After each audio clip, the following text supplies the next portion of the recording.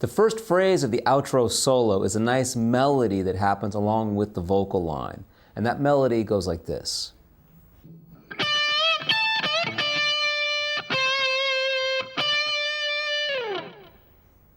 So we're using the A minor scale. We're going to start off with a whole step bend from the 19th fret of the G string and then grab 17 on the high E. Back to 19 on the G, bend up a whole step and back down,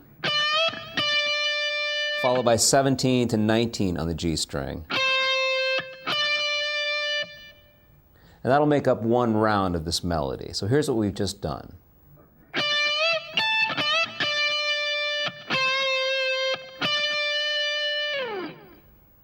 And we'll do that 4 times. On the 4th time, we'll leave out the last note and replace it with a scratch. Or as Angus often does, a scratch and a slide. They seem to go quite well together. Scratch with the pick, slide downwards with the left hand.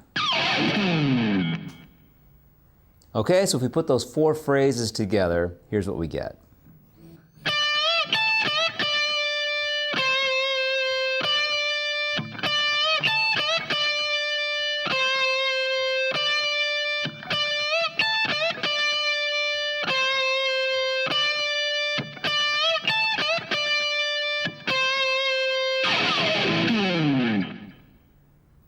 So now at this point, the vocals are out and it's just some lead guitar. So here's the first phrase.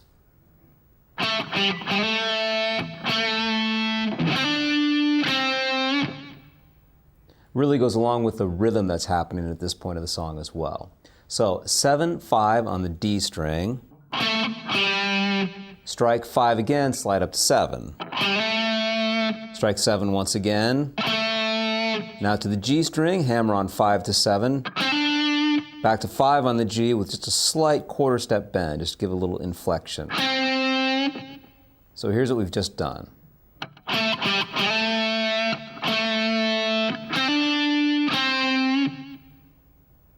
Next phrase.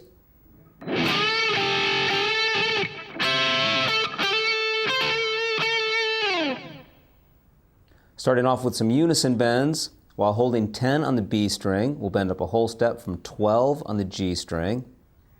And then we'll play 12 on the G, 10 on the B without the bend. And then the bend once again. Now we're going to grab 13 on the B, 12 on the high E string, and just push slightly from the 13th fret of the B string. Followed by 14 and then 12 hammering on to 14 on the G string.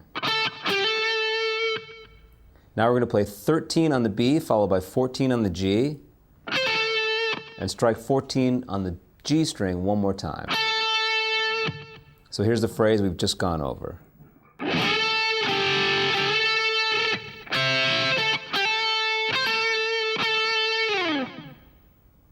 Here's the next phrase.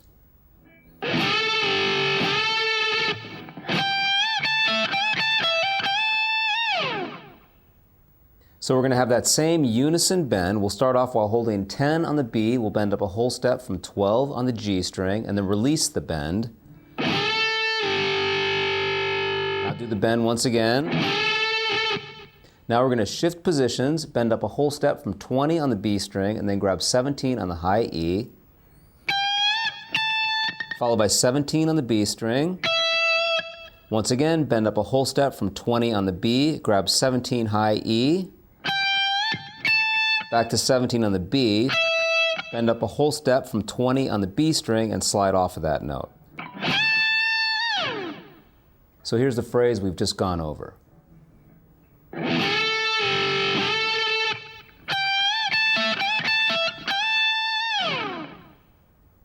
And at this point, the whole band is slowing down, and here's the final phrase of the song.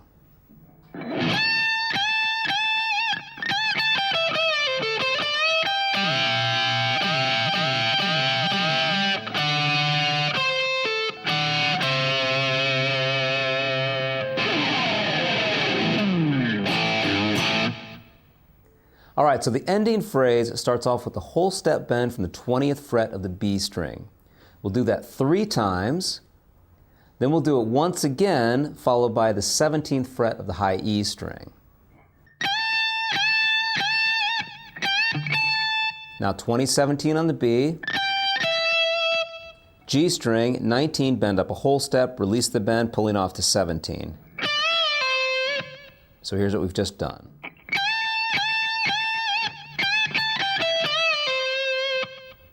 Now we'll bend up a whole step from 19 on the G string and then grab 20 on the B. Now while holding 20 on the B string, we'll bend up a whole step from 19 on the G. Now we'll do that 4 times and then release the 19th fret of the G string. So the same idea, 4 times, then release the bend. Now we'll strike 19 on the G string and the B string. And at this point the band has hit a D chord, so that just fits perfectly with that D chord. That's part of a D chord.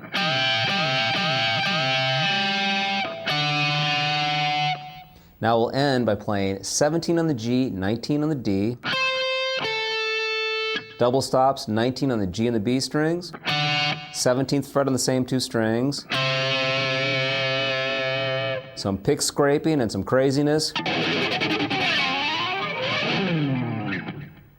Then we play an A5 chord, an A power chord you could also call it, followed by a G note, 3rd fret low E string, back to that A power chord. So for that A power chord, if you're not familiar with it, open A string, 2nd fret on the D string, 2nd fret on the G string. Okay, so let's go back to the beginning of the solo here. We've done the main melody that happens behind the vocals, and then when the solo kicks in, here's what we've done.